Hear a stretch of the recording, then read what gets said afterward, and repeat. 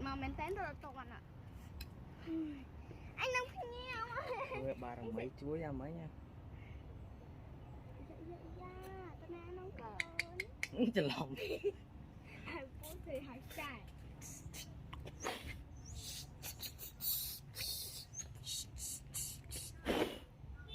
Bà lông thầy bà. Mà khôn nhở.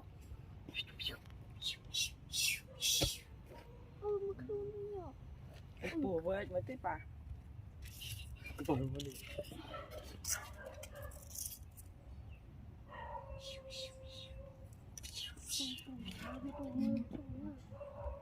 Mơ.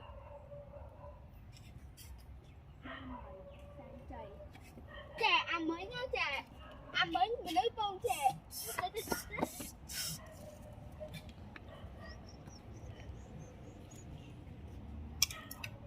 Đó miếng nhỏ nữa cái thứ ngon mà. Bà. Bún miếng lợn bớt nhá. Trong kho.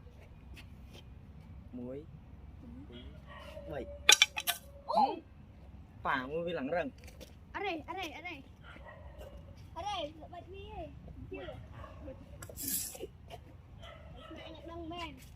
Anh ấy lập bách cho đó nè. Thế nè.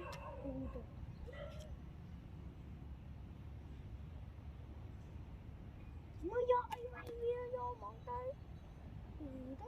Rồi bị chân đá. Mình không chân đá đó.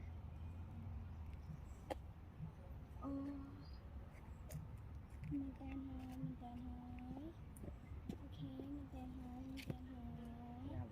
Nước kìa. Trời ơi.